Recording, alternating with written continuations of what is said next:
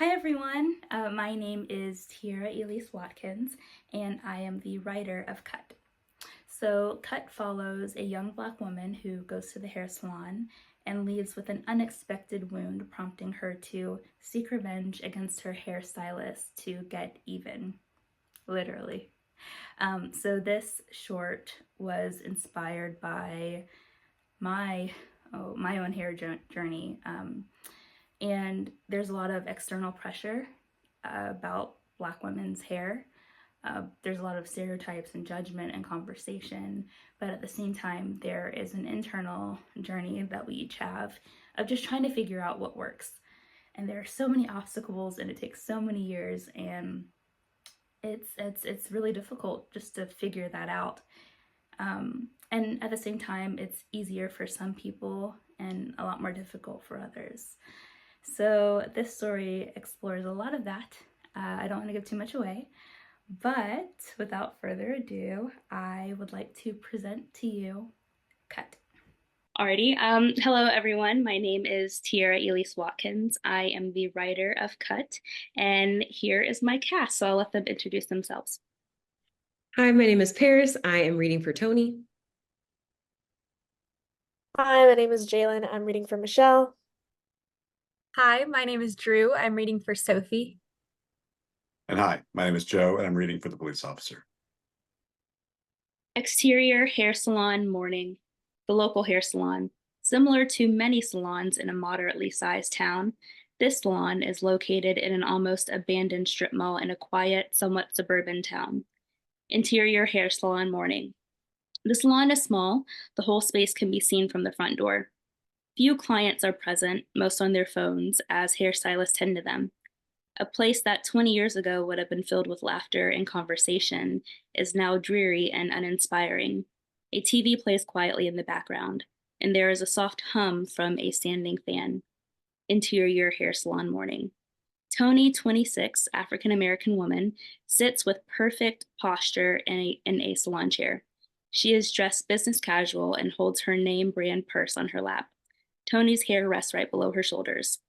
Michelle, 25, African-American woman, hairstylist, moves around comfortably in an oversized t-shirt and leggings. She has long, flowy, jet black hair that stops right at her waist. Michelle straightens one last piece of Tony's hair before placing the hair straightener on the counter. Tony looks in the mirror to judge Michelle's work. This looks really good. Michelle runs her fingers through Tony's hair and purses her lips. I think it's time for a trim. Can it wait? I have my best friend's wedding on Saturday, and I finally got my hair to my ideal length. Michelle shakes her head. It really needs a trim.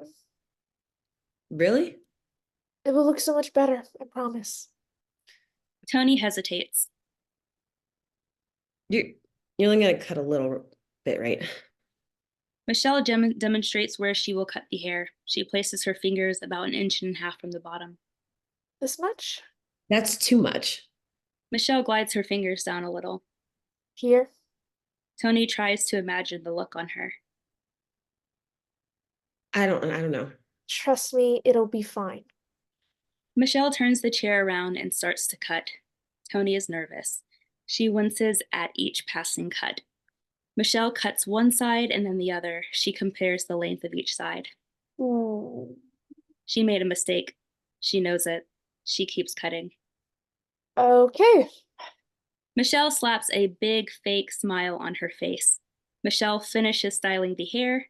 It's time for the big reveal. Ta-da! Tony's hair, which was just past her shoulders, is now at her ears. Do you like it? The faux excitement isn't enough to convince Tony. Her smile, that never reached her eyes, quickly falls. No. It was time for a trim. Tony stares at Michelle, unsure of what to do and in complete shock. No. She moves toward the mirror to investigate the haircut further. Oh, no. Tony abruptly launches towards Michelle. She gets in her face. This gets everyone's attention. Why would you do this to me? I told you I had a wedding to go to in 2 days. Michelle grabs a hairbrush as if that would somehow protect her. I'm sorry that you don't like it. Michelle cautiously moves away from Tony, avoiding eye contact. Would you like to try extensions? No!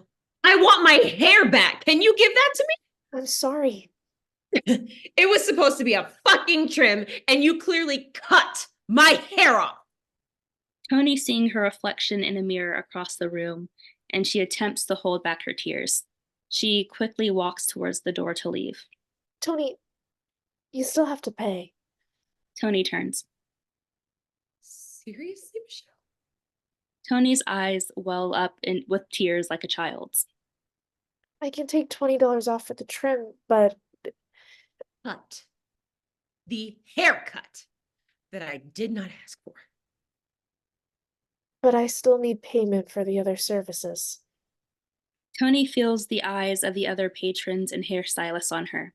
She walks to the front counter and pulls out her card. Michelle turns the screen around to show a tip screen. Tony stares at it and then at Michelle.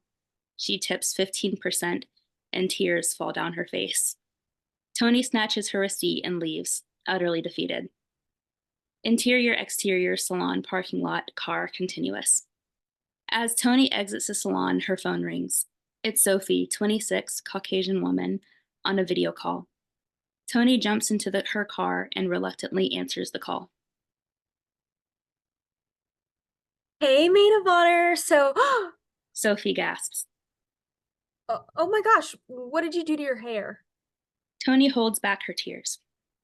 Just wanted to try something. Okay. It's cute. Sophie tries to reassure her. Thanks, Sophie. Anyway, I just wanted to let you know that we're planning to be at the venue around 9 a.m. on Sunday. Tony looks at herself in the rearview mirror and then back to the salon. Her ears begin to ring. Her breathing is heavy. The rest of the bridesmaids should be there around 11. If you could pick up the gifts for... Fade to black. Interior, exterior, salon, parking lot, car, night. A few hours have passed. Tony is still in the same position from earlier, sitting in her car staring at the building. She grabs a hoodie from the back of her car and puts it on. She crouches down in her seat, enraged and focused. From the car, Tony can see the other employees exit the salon and motion goodbye to Michelle. The other employees get in their cars and drive off. Michelle starts to close the salon by turning off the lights. Michelle exits the salon. The keys for the front door are in her hand. Tony exits her car. Something is tucked in her hand. Michelle locks the door and turns around to see Tony speed walking towards her. What are you? Tony tases Michelle. Michelle collapses. Cut to black. Interior, Tony's home, night. Michelle's arms and legs are duct taped to a chair. She has duct tape covering her mouth as well. Her mascara is smudged around her eyes. Her hair is a mess. The tape is ripped off her mouth. Michelle is awake now, eyes unfocused. She can hear footsteps move away from her. She blinks as she comes to. A desk lamp shines in her face. What's going on? Michelle takes the room in for the first time. The room, unlike the situation, is warm and inviting. The living room area is tidy and decorated like any other 20-something woman's living room who has their shit together. There are even cozy pillows and blankets on the couch. A vanilla-scented candle is placed on the coffee table. Tony enters casually with a bottle of vodka in her hand. Morning sunshine. Tony sits down in a chair across from Michelle. She takes a swig from the bottle. Tony? Michelle realizes that she is taped to the chair. She can't move. She panics.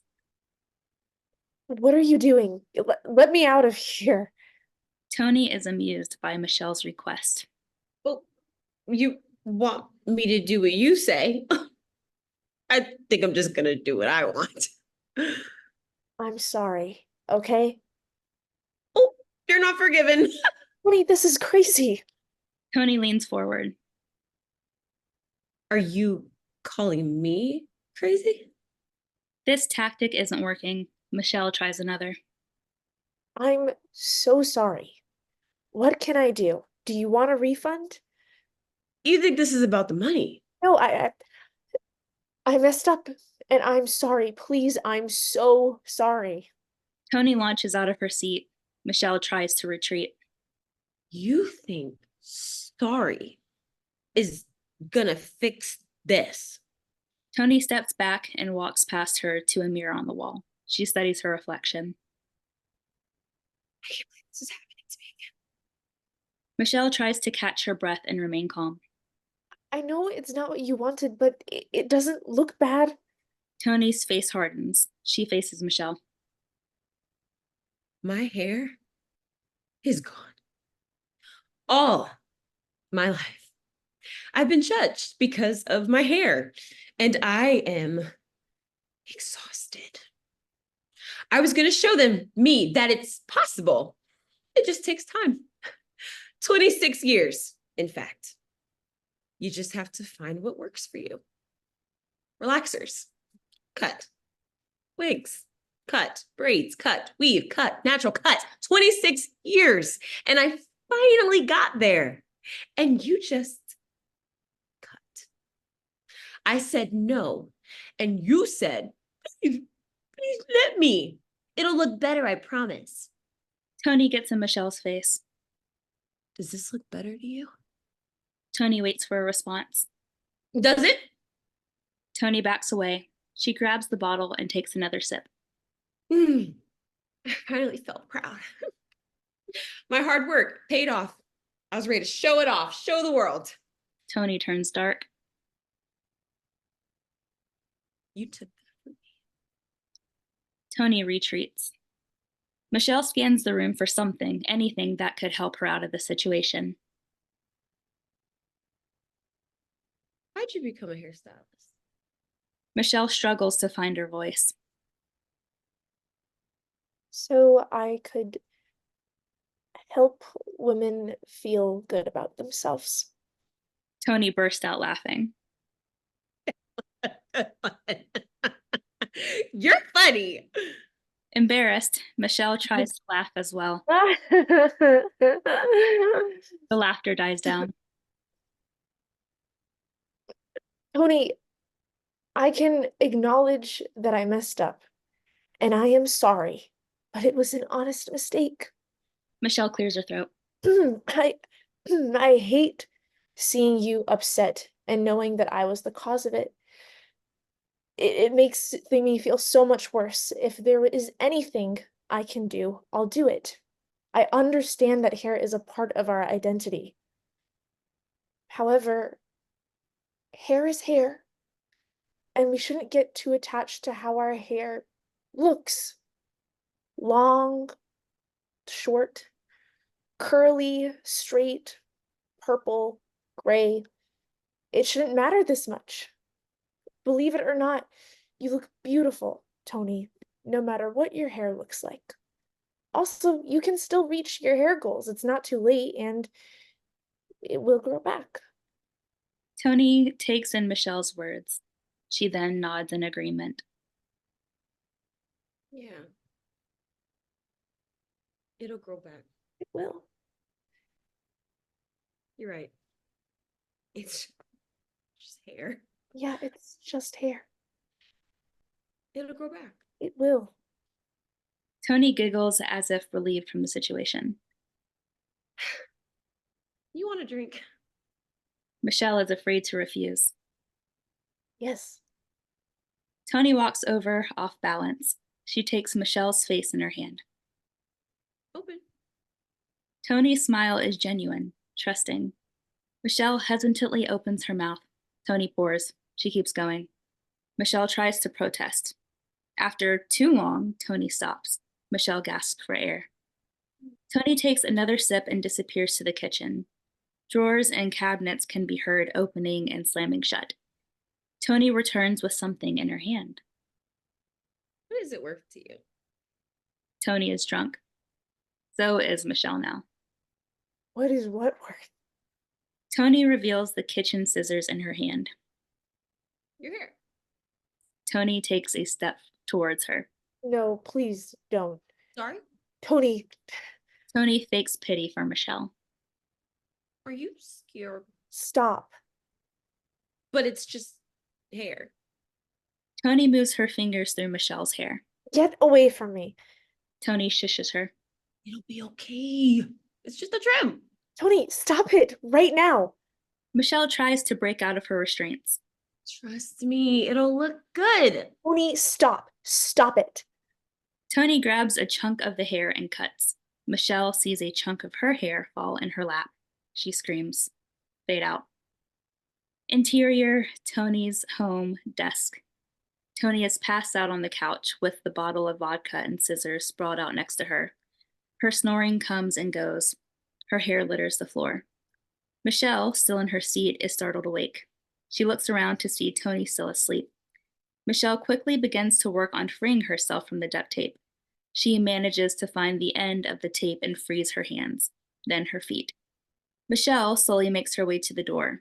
She stumbles and knocks into the coffee table. The lamp rattles. She freezes, afraid she will wake Tony. She doesn't. As Michelle reaches for the door, she passes a mirror, stunned. She does not recognize herself. Tony's snoring jolts Michelle out of her trance. Now is not the time to mourn her hair. Michelle escapes the house. Exterior, neighborhood continuous. Michelle is still inebriated as she sloppily closes the door and tries to figure out where she is. Once again, Michelle is out of place. It is a peaceful and quiet morning in the neighborhood. The sun is rising and birds chirp. Michelle uncoordinatedly moves, swaying left to right. She sees a car pass by and attempts to chase it, stepping on a small rock. Stumbling, Michelle looks down to see she doesn't have shoes on. The car moves out of sight. Michelle starts walking. Exterior neighborhood later. A few minutes have passed. The sun is fully out now. Finally, a cop car approaches. Michelle waves them down. When the car is close enough, she runs to the driver's side window and bangs on the door. The officer rolls down the window. He has a donut in his hand. Hi. Oh my God. The officer finishes a bite of his donut. Ma'am, are you okay? Some crazy lady kidnapped me. Michelle is in the cop's face now. The officer looks Michelle over and sniffs the air. Ma'am, have you been drinking? What? No. Yes, but I was forced to. She lives down there and How much did you have to drink last night? Michelle shakes her head, trying to get the conversation back on track. I don't know, but this woman, All right. Can you just walk in a straight line for me? you're not listening to me. Well, look, you had a wild night. You found yourself in a stranger's place. No, I've seen it a million times. If you want, I can give you a lift home. I'm telling you that I have been kidnapped. She forced alcohol down my throat and she cut off my hair. The officer studies her hair. Your hair looks good to me. Michelle bursts into a full-blown fit. The officer looks around, takes another bite of his donut, and then slowly drives away. The end.